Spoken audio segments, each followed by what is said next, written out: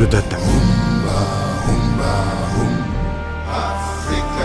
Vous êtes donc dans Angle d'attaque, l'émission hebdomadaire qui reçoit les confrères ainsi que les spécialistes qui nous délivrent des contributions dans la presse sur des questions précises pour nous aider à trouver un peu de lumière dans la grisaille des faits d'actualité qui tombent de façon inouïe chaque jour et chaque minute. Et pour ce numéro, nous avons décidé d'aborder la sécurité ou l'insécurité avec le meurtre atroce d'un jeune de 18 ans à Kaolack. Sommes-nous en sécurité? Devons-nous avoir la peur au ventre? Et que doit faire l'État? On a aussi la fumante proposition d'un éminent acteur des droits de l'homme au Sénégal qui suggère la légalisation du cannabis. A-t-on le droit dans un pays en phase de construction d'énoncer une telle proposition? Et quel message de façon globale envoie-t-on à la jeunesse en disant cela? Est-ce une ineptie ou est-ce qu'on peut ouvrir le débat là-dessus? Et puis, on va parler également du parti présidentiel. L'APR va-t-il survivre au président de la République? Des observateurs annoncent sa disparition une fois que le président de la République aura fini d'exercer le pouvoir. Le parti gagne des élections avec ses alliés, mais son image globale est désastreuse entre exclusion, manque de cohésion, lutte de succession. Nous en parlerons. Nous parlons également du dernier rapport du Forum civil sur l'indice de perception de la corruption qui place le Sénégal toujours dans une zone rouge. Donc nous recevons cet après-midi Moustapha Gueye, qui est journaliste, chercheur et directeur de publication. Bonsoir Moustapha. Bonsoir Hassan. Merci Bonsoir. de répondre à notre invitation. Oui, merci. Merci Gueye. Merci à vos beaucoup. côtés, on a Souleymane Ly, il est analyste et qui publie souvent des contributions dans la presse. Bonsoir Souleymane. Bonsoir Hassan et merci de m'avoir associé à cette réflexion. Voilà, très bien. On va commencer par parler du dernier rapport du Forum civil qui classe le Sénégal toujours dans une zone rouge stagnante. Monsieur Ly, on va commencer avec vous. Qu'est-ce que vous pensez, quel est votre ressenti après la publication de ce rapport? Est-ce que la corruption peut aller avec ce qu'on appelle ici l'émergence? À votre question, si la corruption peut aller avec l'émergence, je vous réponds tout de suite non. Mais quand il y a un rapport qui est publié, il va falloir un peu interroger l'histoire. Se rappeler que déjà en 2011, le Sénégal était 112e sur 185 pays. Aujourd'hui, le Sénégal est 66e sur les 185 et 7 ou 8e au niveau africain. Le Sénégal n'a pas reculé. Le Sénégal a stagné. Le Sénégal a eu 45 points sur les 100 et en Afrique, je pense que la moyenne tourne autour de 33 à 43 points sur les 100. Et rappelez que la Côte d'Ivoire, qui est à côté, a 35 points. Moi, je dis que aujourd'hui, l'arsenal qui doit permettre de lutter contre la corruption est là. Avec l'OFNAC, la Cour des comptes, il y a des organes de contrôle. Ce qui reste, c'est de faire fonctionner correctement ces organes-là et de pouvoir permettre la publication des rapports et l'utilisation de ces rapports pour aller de l'avant. C'est ça, il faut noter l'exemplarité dans ce rapport du Cap-Vert, le voisin qui est là à côté. Oui, le Cap-Vert, vous savez, le Cap-Vert a fait de la lutte contre la corruption son cheval de bataille. Mais aussi, rappelez que dans le PSE, il y a un axe qui parle de bonne gouvernance. Il va falloir un peu aussi que notre pays, que les gouvernants fassent des efforts pour que quand il y a un rapport qui est là, que ce rapport soit publié et quand ce rapport est publié, que ce qui doit suivre, suive. Maintenant, aujourd'hui, il est clair que c'est une perception, hein, il faut le rappeler aussi, c'est l'indice de perception de la corruption. La perception apporte une certaine nuance. La perception n'est pas la vérité. Ouais. Mais cela étant, Moustapha, c'est toujours infamant qu'on se trouve classé dans une zone rouge en matière de corruption. Tout à fait. Oui, c'est vrai que c'est C'est un rapport qui parle du Sénégal, mais de manière très fossilisée, très figée. Comme quoi que le Sénégal n'a pas bougé d'un iota en ce qui concerne ce rapport-là, parce qu'il y a quelques années, c'était les mêmes données statistiques qui ont été dites pour le cas du Sénégal. Mais vous savez aussi, moi je veux sortir aussi un peu de ces stéréotypes, de ces clichés dont l'Occident a tendance à juger l'Afrique. Vous savez, moi je suis sorti depuis très longtemps de ces stéréotypes, de ce regard que ces organisations occidentales portent sur l'Afrique. Parce que c'est rare de voir aussi des rapports que les Africains font sur l'Europe. Je ne suis plus de ces Sénégalais-là, de ces Africains qui se laissent endoctriner par des rapports qui nous viennent d'ailleurs. C'est un rapport très fossilisé, très figé, parce que depuis quelques années, c'est le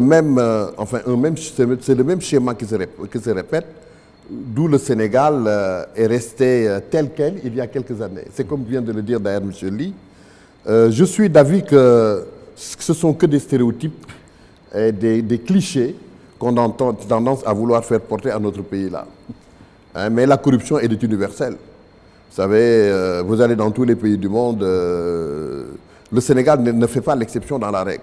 Vous allez aux États-Unis, en France, un peu partout dans le monde. Et vous voyez une solution par rapport à ça ici? Non, la solution aussi, c'est que nos hommes politiques doivent avoir aussi un autre rapport avec la politique. Comme le cas de Senghor. Senghor, son rapport avec la politique n'était pas forcément un rapport économique, ni un rapport d'argent.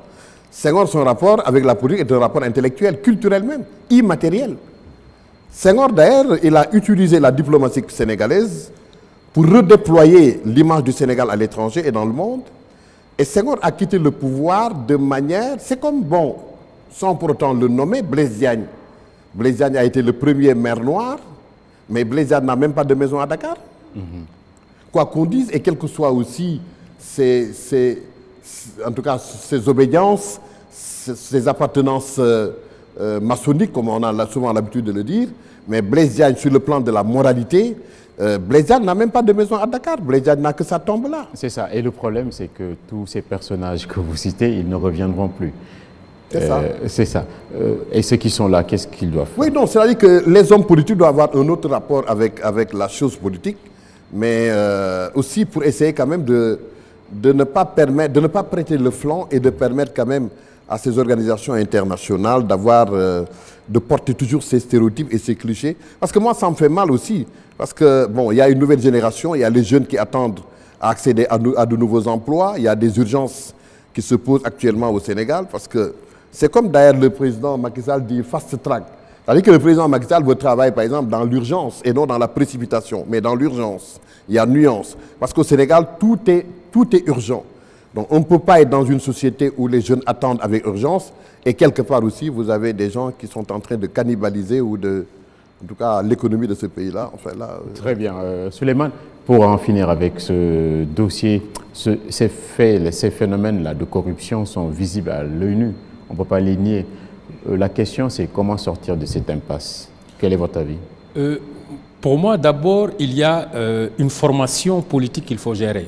Comme l'a dit le doyen Gueye, il y a une formation politique qu'il faut gérer. Il faut que les jeunes qui doivent arriver au niveau des sphères politiques se disent qu'on n'accède pas à la politique pour s'enrichir. Parce que ça, c'est un problème. Parce que figurez-vous, la plupart du temps, le problème ne se pose pas par rapport à celui qui dirige un groupe. Mais la plupart du temps, c'est un individu ou deux dans ce groupe-là qui sont épinglés.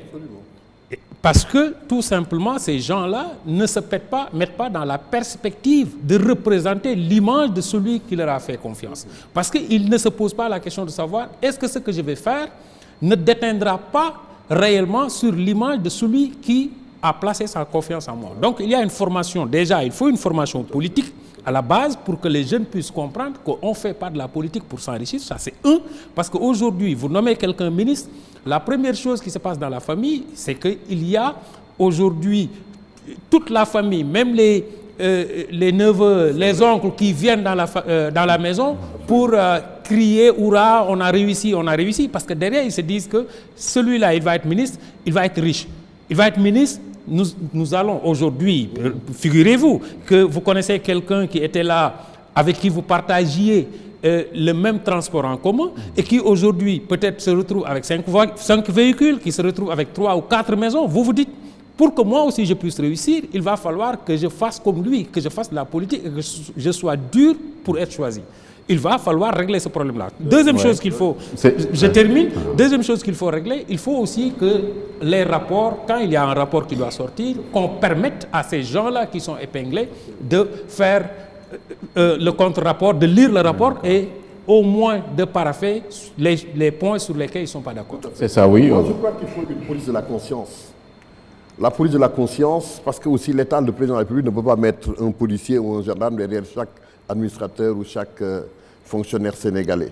Mais il faut que chaque Sénégalais soit armé d'une police de la conscience. Parce que aussi, une fois n'est pas coutume, ce n'est pas parce qu'il y a 1, 2, 3 qui ont détourné qu'il faut peut-être dire que, bon, que tout l'attelage gouvernemental est un attelage kleptomane, etc. Non, pas du tout. Je pense que, vous savez, en Afrique, il y a des problèmes qui sont liés à des problèmes culturels. Vous savez que l'Africain, lorsque l'Africain réussit, comme il vient de le dire, ce n'est pas une réussite individuelle, c'est une réussite groupusculaire. C'est tout le groupe qui réussit. Donc, même si vous vous mariez, vous n'épousez pas une femme, mais vous épousez tout le groupe. Très bien.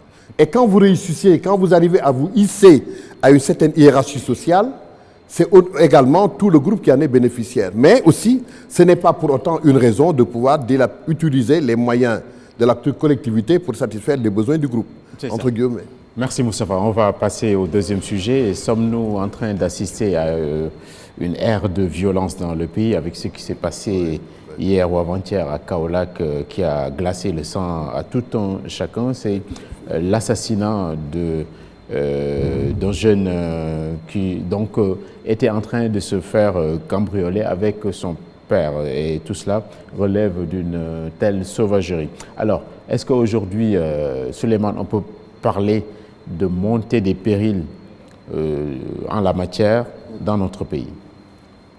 Merci beaucoup Hassan. Permettez-moi d'abord de m'indigner par rapport à ce qui s'est passé à Kaolack. Moi je suis de Kaolack. Je connais un peu l'histoire de la présence des fils américains dans la région de Kaolack, surtout dans la commune, surtout dans le quartier de Medina Baye.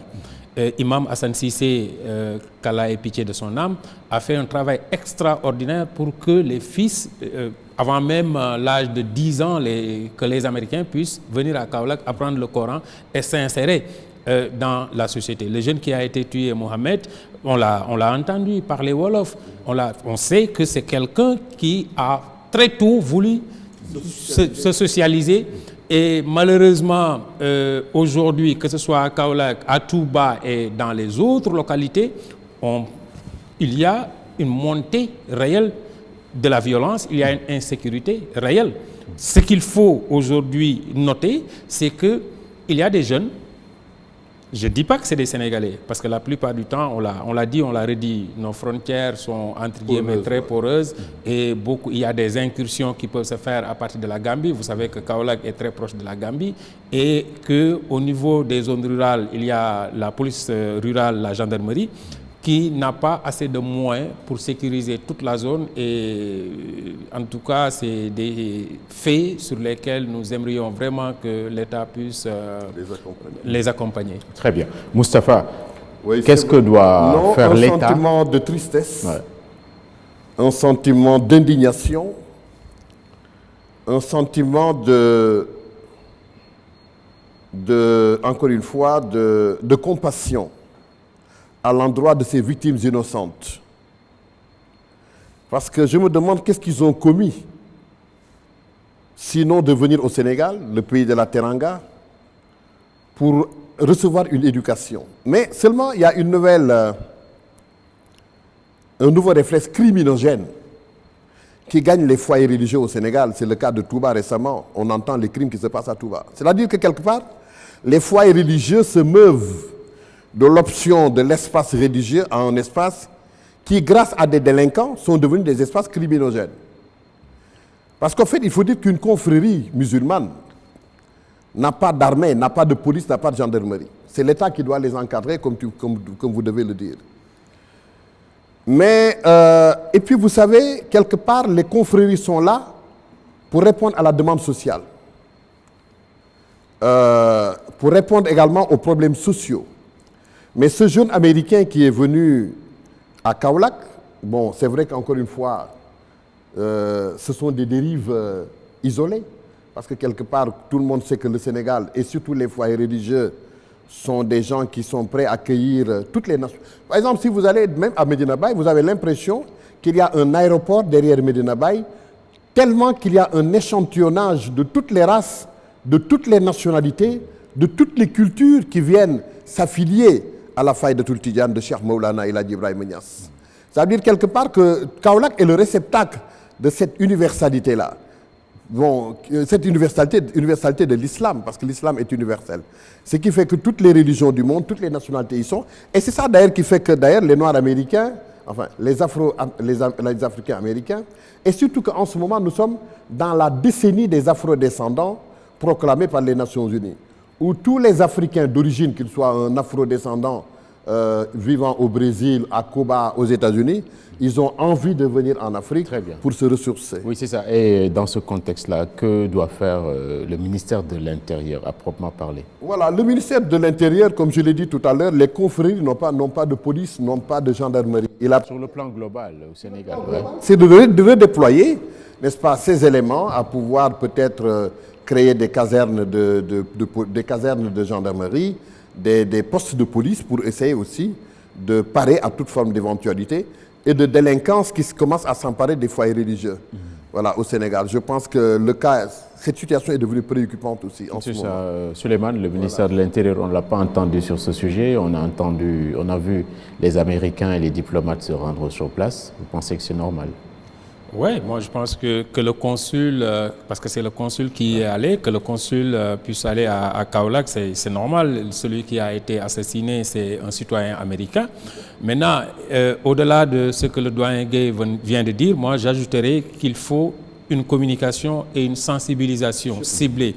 Il faut que les gens sachent qu'il y a un numéro vert qui leur permet de pouvoir appeler. Imaginez que ce qui s'est passé à Kaolack, que les gens, par rapport à ce qui a été rapporté, ils se sont battus pendant presque plus de 30 minutes sans que personne ne puisse être au courant, sans que personne ne puisse même appeler la gendarmerie ou la police pour pouvoir informer. Il va falloir au moins aussi que les populations soient sensibilisées par rapport à ça, mais aussi veiller à ce que nos frontières soient encore beaucoup plus sécurisées et qu'il y ait un rapport de confiance entre les forces de défense et de sécurité et les populations. Très bien.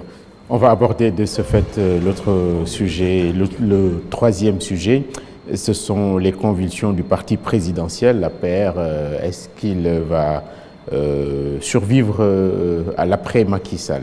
Des observateurs donc annoncent, bon, sûrement ils ont des boules de cristal que nous n'avons pas. Ils annoncent la disparition de ce parti après Macky Sall. Est-ce que Moustapha, oui, vous comprenez ce qui se passe dans ce parti? Absolument. Est-ce que ce parti est un parti? Oui, vous savez, moi je pense que le parti du président Macky Sall était un parti bien fondé avec ses objectifs, sa démarche statutaire, préambulaire, son bureau, ses membres fondateurs, ses membres adhérents, sa conquête du pouvoir, son accès au pouvoir. Je pense que c'est un parti qui a vraiment abordé la hiérarchie normale d'un parti, c'est-à-dire, tu sais, on n'est pas né parti au pouvoir, on le devient. Parce qu'un parti, lorsqu'il naît, il n'est pas encore au pouvoir, c'est après qu'il le devienne. Je pense que c'est un parti qui, quand même... mais c'est un parti assez iconoclaste, quand même, assez particulier. C'est un parti qui est venu conquérir le pouvoir pour la première fois et gagner le pouvoir pour la première fois. Donc c'est un pouvoir jeune, un parti jeune, un pouvoir jeune, par un président jeune, et qui a une longévité politique, le président de la République du Sénégal. Parce que quelque part, il n'est pas vieux, il est jeune. Cela veut dire, présage quelque part, que c'est un chef d'État qui, même s'il abandonne le pouvoir en 2024, n'est-ce pas, le fait d'être le père fondateur de ce parti doit présager ce parti-là vers un destin, parce que quelque part, comme je le dis encore une fois, prenons le cas du Parti socialiste sénégalais, qui est né dans les années 40. Mais jusqu'à présent, on parle du Parti socialiste sénégalais, le parti d'Abdoulaye Wade en 1974. Mais ces partis ont fonctionné de manière transgénérationnelle, surtout au niveau du Parti socialiste. On a connu Senghor, Abdou Diouf, Ousmane Tanor Dieng. Aujourd'hui, on parle de Mme Aminata Mbengue Ndiaye. Moi, je pense que de manière transgénérationnelle, même après Macky Sall, le président Sall, ce parti-là doit quand même porter, même si Macky Sall a allumé le flambeau de l'APR, il faudrait demain qu'il y ait des éléments de son parti qui pourront en être les porte-drapeaux demain. Très bien, oui. Souleymane, est-ce que vous considérez que le parti présidentiel fonctionne comme il faut? Moi, je pense que, vous l'avez dit, hein, nous n'avons pas de boule de cristal. La politique, c'est du réel. Moi, je vais essayer d'expliquer un peu ce que représente l'APR réellement. L'APR est arrivé au pouvoir dans sa phase de massification, pas dans sa phase d'organisation. Quand vous avez un parti, quand vous lancez un parti, il y a une phase de massification où vous cherchez des militants. C'est après une masse critique de militants que vous allez chercher à faire une structuration verticale et une structuration horizontale. L'APR est né, a fait une structuration horizontale, mais n'a pas eu le temps de faire une structuration verticale et arriver au pouvoir. Quand vous arrivez au pouvoir, je le dis et je le répète, quand un parti arrive au pouvoir, il n'a plus le temps de faire une structuration verticale. C'est même un piège. Parce que je prends juste l'exemple. Vous prenez un Thérèse Faye, DG de l'agence de la case des tout-petits. Vous prenez Moïse Sarr, qui est ministre avec qui ils partagent le même patelin. Ils habitent tous Diarère. Quand vous allez faire une structuration verticale, vous mettez qui? Vous mettez Thérèse Faye au-dessus de Moïse Sarr, qui est ministre? Alors que Thérèse Faye n'a pas plus d'envergure ou Moïse Sarr n'a pas plus d'envergure que Thérèse. Voyez la difficulté. Maintenant, les gens qui sont ministres vont demander à être devant, alors qu'ils n'ont pas plus d'envergure politique que les gens qui sont DG ou bien même qui sont des responsables et qui n'ont pas eu à bénéficier de la confiance ou de la signature d'un décret par rapport au président. La difficulté réelle au sein de l'APR, c'est d'arriver au pouvoir dans une phase de massification. Maintenant, il va falloir attendre que, après peut-être quand l'APR ne sera plus au pouvoir, penser à une structuration verticale. Mais aller à une structuration verticale alors qu'on est au pouvoir, c'est suicidaire. Très bien. On a assisté cette semaine à l'ex-communication de Moustapha Diakhaté. Est-ce qu'on va dire qu'il l'a cherché, il n'a eu que ce qu'il mérite, Moustapha? Oui, non, je pense que c'est de bonne guerre, hein, parce que quelque part aussi, vu les postes qu'il a occupés dans l'antichambre même du pouvoir en place, et aujourd'hui le fait d'être un peu à équidistance avec le parti présidentiel, peut-être pour le mettre dans tous ses états, pour essayer peut-être d'analyser la situation du parti dont il émane, pour voir peut-être envisager une autre forme une nouvelle architecture politique pour le parti. Mais est-ce qu'il le fait de manière consensuelle? Est-ce que ses propres frères du parti sont d'accord pour aller vers cette aventure-là avec lui? Moi, je crois qu'il est un peu seul dans cette aventure-là. Et vous savez, on ne peut pas on ne peut pas révolutionner la politique en solitaire. Donc, je pense qu'il faudrait qu'il intègre les rangs.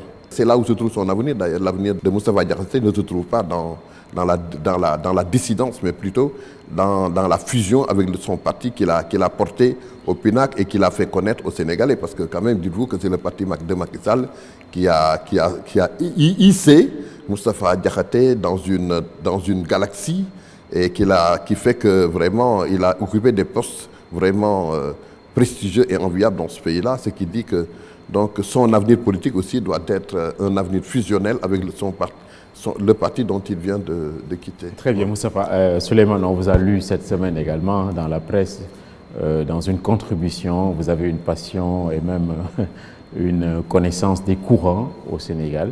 Alors, on a entendu également Moustapha Diakhaté dire qu'il n'a pas de courant, il est en mouvement. Alors, quelles sont les informations que vous pouvez nous donner par rapport à ce qui se passe? Est-ce qu'il a eu raison de se conduire comme il l'a fait Moustapha Diakhaté, au point d'être exclu de ce parti? Avant d'en arriver au cas Moustapha Diakhaté, moi je convoque l'histoire. En 1996, après le congrès sans débat, quand Ousmane Tanor Dieng a été choisi, Moustapha Niasse a demandé à mettre un courant au sein du PS. le courant des refondateurs. C'est après l'appel du 19 juin 1999 qu'il a fondé son parti, quand il disait « je suis prêt ». Après lui, il y a Djiboka qui a mis en place un courant, le courant du renouveau au sein du PS, et après, il a fondé l'URD. Vous savez, l'histoire des courants, la plupart du temps, ça arrive à un moment où on est à 3 ans ou 4 ans d'une échéance électorale. Tout à fait. Mais celui qui le fait sait très bien, je vous dis clairement que Moustapha Diakhaté sait très bien que son courant ne peut pas et ne va pas prospérer au sein de la paire. Mais politiquement, il veut rester, massifier le courant avant de sortir. Maintenant, il va sortir avec qui? Il est en train de discuter avec qui? Est-ce qu'il va sortir pour aller rejoindre un autre ténor dans l'opposition? C'est là où se trouve la question. Maintenant, l'autre élément fondamental, et c'est la faiblesse qu'il embarque lui, Moustapha, c'est que de 2012 à 2017, personne ne l'a entendu. Tout ce qu'il dénonce, la structuration verticale, 2008, décembre 2008, naissance de l'APR, jusqu'à aujourd'hui, il n'y a pas eu de structuration verticale. Donc, 2012-2017, il n'y en avait pas eu. Personne ne l'a entendu. Donc, tout ce qu'il dénonce aujourd'hui, il avait largement la possibilité de le faire. L'on se rappelle que c'est Moustapha Diakhaté qui avait même demandé à ce qu'on limoge, comment on appelle ça, que des sanctions soient prises à l'encontre de Ousmane Sonko, etc., etc. Aujourd'hui, s'il change de discours, on se pose la question de savoir qu'est-ce qu'il y a derrière. Est-ce que ce n'est pas parce qu'il n'est plus aux affaires qu'il commence à râler? Et la question, elle est légitime. Maintenant, on est en politique. Moi, je vous dis, et l'avenir nous édifiera, je pense qu'il n'est pas seul. Ça, je le pense et fortement qu'il n'est pas seul. Parce qu'il n'est pas suicidaire à ce point de pouvoir porter quelque chose, défier, etc. Et il parle de mouvement. Il dit que les mouvements ne sont pas interdits au sein de la paire. Je vais aller vite. Et il donne l'exemple d'Olimaki, etc. Ces mouvements-là ne sont pas des structures de la paire. Et il le sait. Ces mouvements-là sont là juste pour appuyer une élection, une réélection du président. C'est pourquoi ils sont membres de la coalition Benno Bokk Yakaar. S'ils étaient des structures de l'APR, ils ne seraient pas membres de la coalition Benno Bokk Yakaar, mais ils seraient membres à travers l'APR. Mais on ne peut pas être dans un parti, et ça c'est le signal fort qu'on doit donner aux jeunes, on ne peut pas être dans un parti, parce que quand on est dans un parti, on renonce à une partie de sa liberté. On ne peut pas être dans un parti et dire tout ce que bon nous semble en dehors de ce parti-là. Ouais, donc les partis, c'est le catéchisme qu'on ne peut pas tout dire. On ne peut pas se comporter comme on veut. Non, pas un catéchisme. Il y a des espaces où il va falloir que les gens discutent, mais vous vous rappelez que quand déjà à l'initiative du Clean Day, Moustapha Diakhaté a été le premier à dire que c'est du grand n'importe quoi. Grand n'importe quoi. Oui, mais c'est sa liberté aussi. Oui, non. Quand vous êtes membre d'un parti, je vous dis, quand vous êtes membre d'un parti, c'est comme quand vous êtes membre d'une famille. Même si vous n'êtes pas d'accord par rapport à ce qui se fait dans la famille, on le dit dans la famille. Mais si vous le dites dehors, les gens sont en droit de se poser des questions. Pourquoi 5 ans, vous avez été président d'un groupe parlementaire et vous n'avez rien dit? Oui, c'est ça. Moustapha, est-ce qu'on a le temps de s'occuper des affaires économiques, sociales du pays quand, en fait, avec toutes ces bisbilles, quand on est parti au pouvoir, c'est clameur. Non, je ne pense pas. Je pense que, comme il l'a dit tout à l'heure, Moustapha Diakhaté, c'est comme cette fusée qui se détache de la matière pour aller sur la Lune. Mais vous savez, le parti du président Macky Sall est un parti, je crois... Et puis, son leader a gagné en maturité. Le président Macky Sall est devenu un président avec un grand P. Et c'est un président assez iconoclaste, assez particulier. C'est un président exceptionnel. Enfin, c'est un président d'exception, entre guillemets. Pourquoi? Parce que voilà quelqu'un qui, avant d'arriver au pouvoir, a tutoyé toutes les fonctions de toutes les institutions de ce pays-là. Directeur de cabinet, ministre du Plan, ministre de l'Énergie, ministre de l'Intérieur, Premier ministre de la République du Sénégal, chef d'État. Ça, Senghor ne l'a pas eu. Abdoulaye Wade ne l'a pas eu. Abdou Diouf n'a jamais été ministre de l'Intérieur, encore moins. Ministre du Plan. Enfin, non, ministre de l'Énergie. Et le président Macky Sall, il a toute cette somme d'expérience. Et vous savez que l'expérience est une école. dont les leçons coûtent très cher, mais on en sort savant.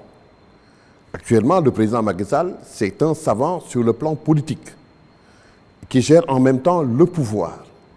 Et comme disent les Wolof, kuy bu amul béjjën mënul mbëkkante kuy bu am béjjën.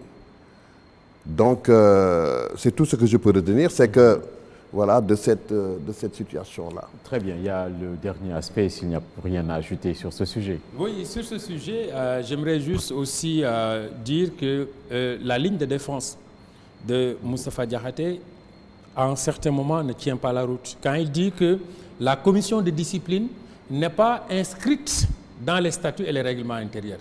Une commission n'est jamais inscrite dans des statuts et un règlement intérieur. Une commission, c'est une tâche qu'on confie à quelqu'un ou à un groupe d'hommes. Maintenant, l'erreur peut-être dans le communiqué de l'APR, c'est d'avoir mentionné commission de discipline en haut et en bas de parler de conseil de discipline. Parce que si c'est un conseil de discipline, là, il a parfaitement raison, ça doit être dans les statuts et les règlements intérieurs. Avec des fautes qu'on a relevées aussi. Ouais. Ah oui. Voilà, on va aborder la dernière partie de cette émission. C'est donc la proposition de cet acteur des droits de l'homme qui demande ou qui suggère qu'on légalise le cannabis ou le chanvre indien. A-t-on le droit, dans un pays comme le Sénégal, qui est en quête d'émergence et qui se construit, a-t-on le droit de demander de pareilles choses? On va commencer avec Souleymane. Est-ce que vous suivez le regard de Seydi Gassama, pour ne pas le nommer? Non, du tout. Du tout. Pourquoi? Parce qu'aujourd'hui, vous savez, vous fumez 50 joints de cannabis, avant 18 ans, vous avez 6 fois de risque d'être schizophrène. C'est la paranoïa. Vous voyez, vous fumez un joint, vous avez tout de suite ce qu'on appelle le bad trip. Vous avez la panique. Quand vous êtes paniqué, vous pouvez tuer tout de suite. Ensuite, au-delà de ça, il y a des affects qui vont au niveau des neurones.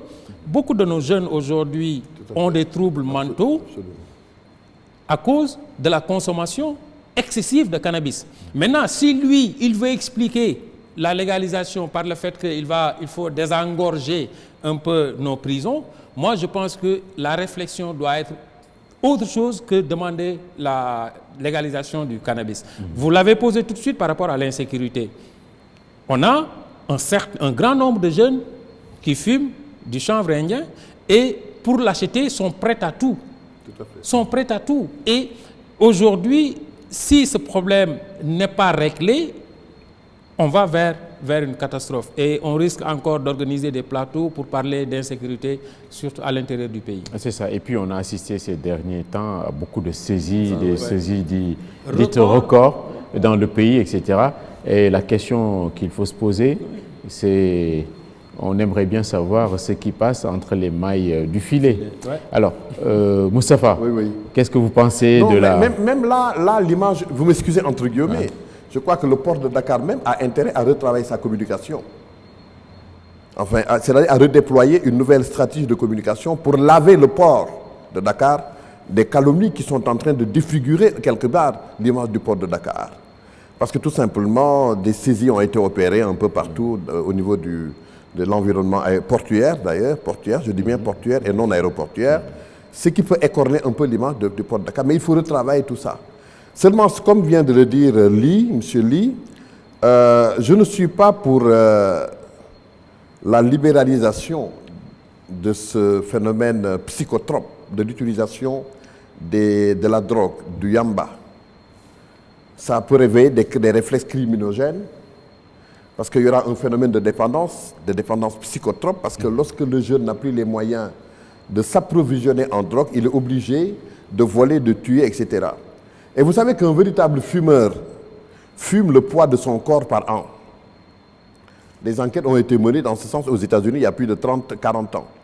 Que le véritable fumeur, et quand on sait que l'Afrique est un continent gagné par une équation liée à la problématique jeunesse, parce que les jeunes ont des problèmes d'emploi, chômage, problème de créer un foyer. Nombre de ces jeunes-là se réfugient dans la drogue. Maintenant, libéraliser la drogue, c'est leur donner, c'est ouvrir un canevas, un moyen de pouvoir, n'est-ce pas, livrer cette jeunesse à la folie. à la démence. Moi, je crois que c'est une initiative qu'il faut tout de même évacuer très rapidement pour que, voilà, et il faut... C'est un non-sens. Voilà, ça n'a pas de sens. Donc, on va vous remercier Voilà, également d'avoir bien répondu à notre invitation. Merci beaucoup, Moustapha. Merci beaucoup. Merci, Souleymane. Souleymane, merci beaucoup. Et à très bientôt. Il y a une deuxième partie qui va suivre tout de suite. On va recevoir Hassan Sy, c'est un cyber-juriste et en même temps consultant. Il a déduit dans une contribution qu'il a fait paraître dans la presse que la jeunesse sénégalaise fait une très mauvaise utilisation des réseaux sociaux. À tout de suite. Angle d'attaque. Nous entamons donc la deuxième partie d'Angle d'attaque et nous avons plaisir à recevoir Monsieur Hassan Sy, cyberjuriste et en même temps consultant. Monsieur Sy vient de publier une remarquable contribution dans la presse sénégalaise intitulée « Jeunesse et Internet quand les réseaux sociaux participent à la dégradation des mœurs ». Alors la question qui vaut la peine d'être posée, c'est est-ce que les réseaux sociaux ont facilité la vie ou l'ont-elles davantage compliqué? La première question, c'est à savoir, c'est quoi un cyberjuriste? C'est un juriste en droit d'éthique, mais puisque l'Internet a évolué, le monde technologique a évolué, on préfère cyberjuriste que juriste en droit d'éthique, mais c'est la même chose. En quoi Internet et les réseaux sociaux participent à dégrader les mœurs ou à dévoyer notre jeunesse? Est-ce qu'on peut avoir ici la réponse? Avant tout, permettez-moi de vous dire que nous sommes dans un monde en perpétuelle évolution technologique et que la question du numérique aujourd'hui a impacté tous les secteurs de la vie. Aujourd'hui, selon le dernier rapport de Digital Global 2019, au Sénégal, sur une population de 16,5 millions d'habitants, 9,75 millions sont actifs sur Internet et 3,50 millions d'entre eux sont actifs sur les réseaux sociaux. Revenir à la question en quoi l'Internet ou bien les réseaux sociaux participent à la dégradation des mœurs au Sénégal, il suffit tout simplement de regarder le contenu qui transite ou bien les contenus qui transitent sur ces plateformes de communication chaque jour. Ce sont des contenus obscènes, ce sont des contenus qui des fois peuvent choquer l'opinion publique.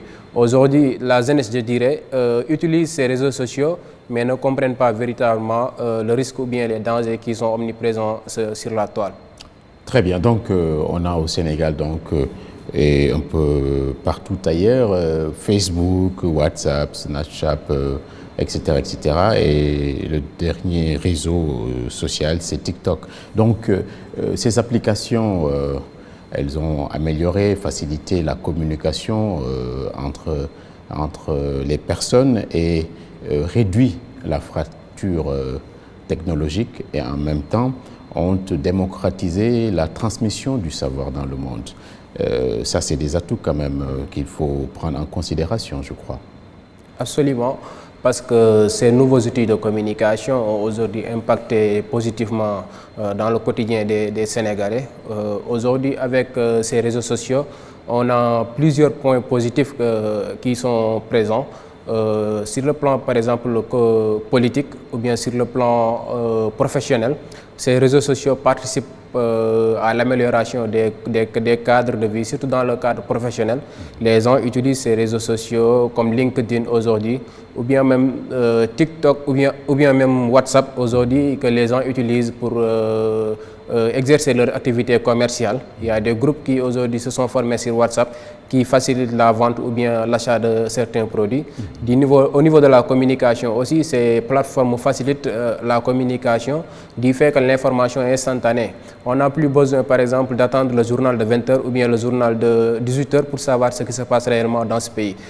Donc, ces outils de communication nous facilitent l'accès à l'information de manière générale. C'est ça, mais en lisant votre contribution, on a décelé une forme de sévérité de votre part vis-à-vis de ces réseaux sociaux qui participent donc à dégrader nos mœurs. Pourquoi cette sévérité? Parce qu'aujourd'hui, je pense que le constat est général. Nous sommes dans un pays où les Sénégalais lambda utilisent ces outils sans modération. Aujourd'hui, par exemple, quand on assiste à un accident sur la route, Au lieu de venir assister les gens, les Sénégalais préfèrent filmer, repartager l'information. Ces réseaux sociaux aussi participent à la dégradation des mœurs dans la mesure où, comme je l'avais dit tout à l'heure, les contenus qui transitent sur ces plateformes de communication, ce sont des contenus choquants, ce sont des contenus qui sont contraires aux réalités sociales. Par exemple, aujourd'hui, on n'a plus de vie privée. On passe toute la journée à diffuser ce que l'on fait. On passe plus la journée sur les réseaux sociaux, sur les smartphones qu'en vie familiale. Donc il n'y a plus de lien entre la personne et sa famille. Donc ces réseaux sociaux participent à la déperdition des valeurs, si je pouvais le dire ainsi. Parce qu'il y a certains contenus aujourd'hui, si les parents savaient que leur fils ou bien leur fille était à ce niveau sur les réseaux sociaux, il allait réagir. Parce que ces réseaux sociaux aujourd'hui sont à un niveau qu'on ne peut plus contrôler. C'est ça, c'est quel contenu par exemple? Parce qu'on a lu que vous avez écrit, mentionné des contenus indésirables. C'est quoi les contenus indésirables? Si je prends l'exemple de TikTok qui propose des vidéos de 15 secondes par exemple, aujourd'hui, comme je le dis souvent, les Sénégalais en abusent trop. Parce que des fois, on voit par exemple des vidéos une personne qui se met presque nue, qui se filme ou bien qui enregistre une vidéo, qu'il partage sur TikTok ou bien qu'il partage sur Snap, ou bien les audios, les messages sous format audio que les gens diffusent par exemple sur les plateformes WhatsApp, les groupes WhatsApp qui peuvent fuiter et qui des fois à l'entendement ne sont pas agréables à saisir. Donc c'est ce genre de contenu. C'est ça, donc les applications, les algorithmes reçoivent des instructions. Les applications ne donnent que ce qu'on leur demande. Donc il y a un problème, un facteur humain qui entre en ligne de compte. Est-ce que donc c'est pas les gens qui utilisent mal ces réseaux sociaux qu'il faudra indexer? Absolument, je dirais que c'est l'utilisation abusive ou bien l'utilisation sans modération. Parce que vous savez que les réseaux sociaux ont des techniciens derrière qui étudient nos comportements de manière quotidienne. Aujourd'hui, par exemple, au niveau des émoticônes, ils peuvent identifier est-ce que vous êtes heureux, est-ce que vous ne l'êtes pas, est-ce que vous avez besoin de plus de popularité, est-ce que la vidéo que j'ai postée sur YouTube ou bien sur TikTok a 3000 vues. Donc ils savent déjà que ces vidéos nous excitent, ces vidéos ont un rapport direct avec la mentalité. Parce que quand on a 2000 vues ou bien 3000 vues, on sent déjà qu'on est populaire, qu'on a un niveau assez élevé alors tel n'est pas le cas. Donc ils essaient de jouer sur la mentalité des gens pour produire davantage des plateformes de communication.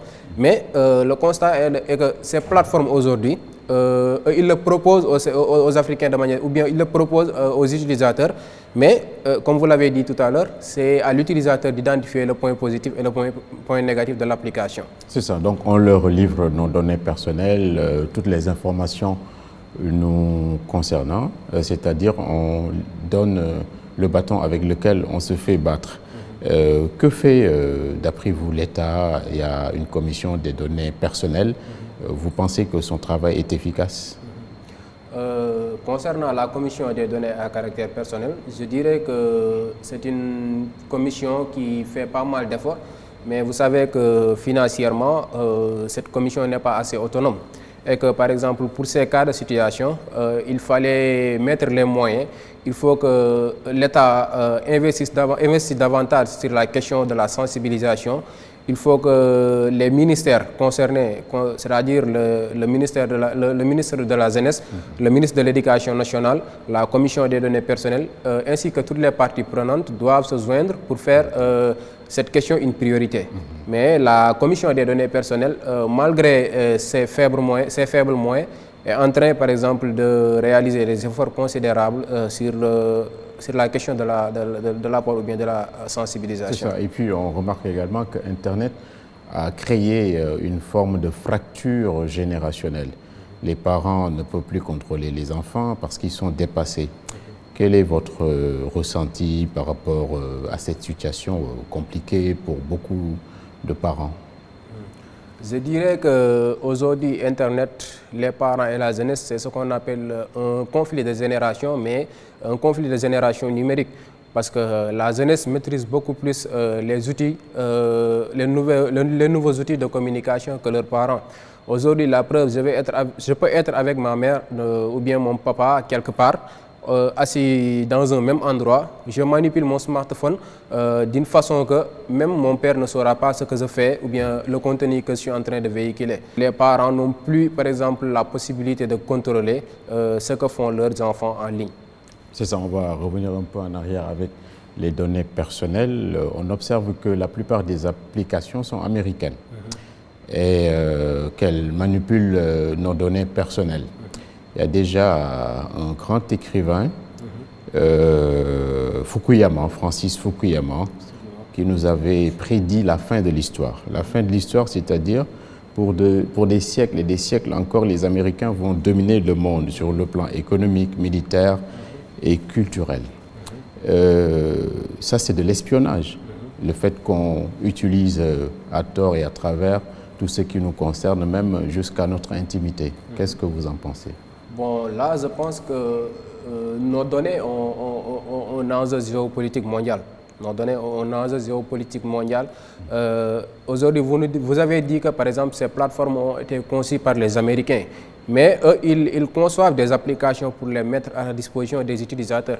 Mais est-ce que vous pouvez me dire aujourd'hui, est-ce qu'il y a un Sénégalais qui a pris son temps de lire les conditions d'utilisation de Facebook? Parce que Facebook, quelque part dans ses conditions d'utilisation, il a dégagé ses responsabilités sur le contenu qui transite. Autre part aussi, ces plateformes, leurs conditions d'utilisation sont souvent écrites en petits caractères que même la personne n'a pas, par exemple, la possibilité de lire. Donc c'est un contrat d'adhésion. Et dès l'instant qu'on adhère à ces plateformes, les informations que nous postons sur ces plateformes sont stockées dans des serveurs qui ne se trouvent même pas au Sénégal.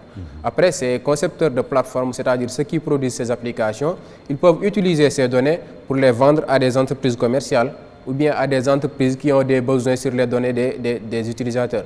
L'exemple de l'affaire Cambridge Analytica en est une parfaite illustration. C'est-à-dire, il y a une entreprise américaine qu'on a vendu des données et qui devrait participer à l'élection de Donald Trump. Vous imaginez? Donc nos données sont diffusées et publiées partout dans le monde. Le temps est terminé et on va parler rapidement de cybercriminalité. On a appris ce matin dans la presse qu'une banque de la place a été pompée à hauteur de 250 voire 300 millions par des cybercriminels, une bande organisée. Il y a des Sénégalais, il y a des non-Sénégalais, etc. Parce qu'ils ont piraté le système informatique de la banque. Comment ça c'est possible? Là, j'aurais dit que peut-être ce sont des pratiques techniques. Je ne suis pas assez technique, mais je travaille avec des techniciens qui m'expliquent souvent que, par exemple, dans les secteurs comme la banque, des fois, les personnes qui entrent, c'est-à-dire ils peuvent être des intrus pour fouiller des informations qu'elles peuvent exploiter en dehors de la banque pour pénétrer ou bien pour s'introduire illégalement dans le système informatique. Donc peut-être ils ont, je ne sais pas trop, mais peut-être ils ont su s'introduire à distance dans le système informatique de la banque pour pouvoir puiser de l'argent.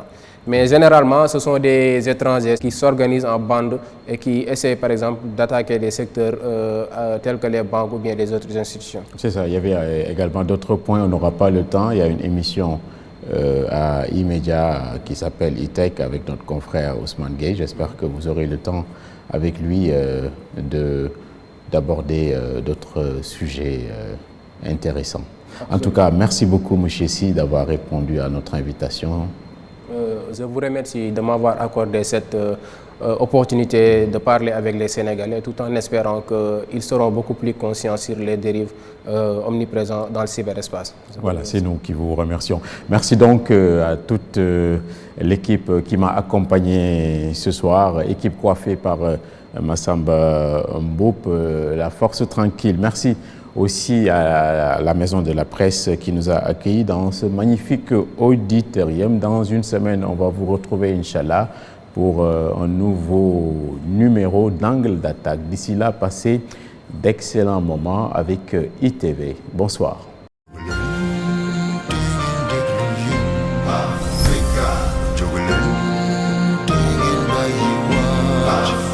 Angle d'attaque.